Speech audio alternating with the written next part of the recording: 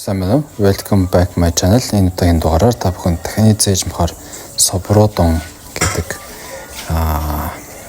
Япон гоё эрүүл хоолыг ашигын хийх аргыг хуваалцуулна. За юуны өмнө дүүпүг хагас дүүпүг ашиглаад за бүгдийн нэлээд жижиг ширхтээ ортол ингэж хайрангаа ингэж жижиглээ явчихна. За уг нь бол дүүпүг ингэж хоёр төрөл зөөлөн бас юм хатуу гэд хоёр төрөл байдаг. За уг нь бол зөөлнөр нийдэг. Монголд бол зөөлн байх учраас энэ хатуугаар нь бол хийсэн.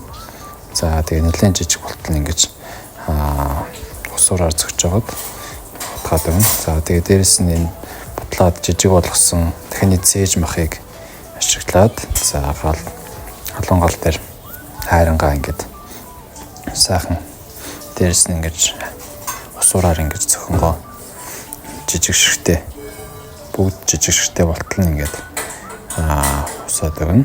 За тэгээ бүлгүүгийн соус терияки соус байвал илүү амар. Тэгтээ одцын бодвол бүлгүүгийн соус их байдаг учраас 7 жижиг халбаг ашигласан байгаа.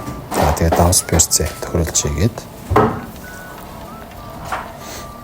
за тэгээ тагийн таглаад ерөнхийдөө ингээд эхний нэг парт нь бэлэн боллоо. За дараа нь бол өндөгөө 5 шиг өндөг дээрэс нь даши 2-3 жим хийгээд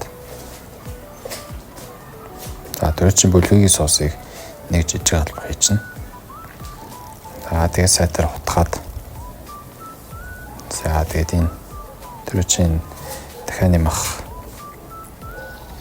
дүүпүгийн хэсэг дээрээ 2 хэрчим цэцгийн тос хийсэн. За өөр хайрлан даваа сайтар халааж агаад цэцгийн тос хийгээд тэгээд нэг scramble egg шиг нэлээд сайхан ингэж өндгөө хутгангаа ингэж өндгөө болгочихно.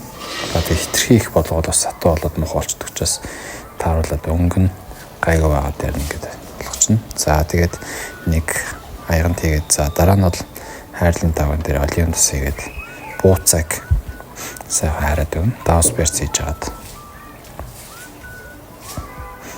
хараад за тэгээд ингээд баазар хараад бэлэн болж байна. За үүнийг бас цэцгийн тосоо бүх хэсэгт нь тартал нь нэлээд гоё болгоод өгнө.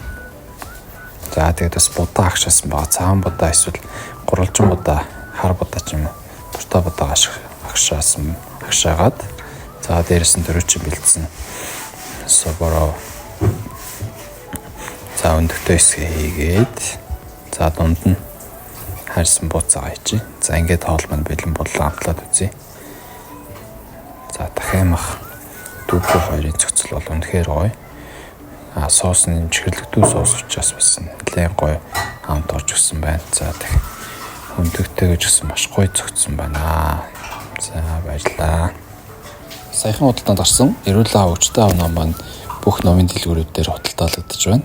За номын талаар багахан та бүхэнд танилцуулъя. Номын онцлог гэх юм бол ерөнхийдөө бол зөвхөн ингээд хоол хүнс гэсэн ганцхан зүйл дээр бас тулгуурлаж бичээгүй. Өвчин эмгээс эхлээд хоол, шим тэжээл, дасгал хөдөлгөөн, нойр эдгээрийг одоо хэрэгжүүлэхэд хэрэгтэй эрүүл сэтгэл зүй болон дадал зуршлын хэсгийг бас оруулж өгсөн.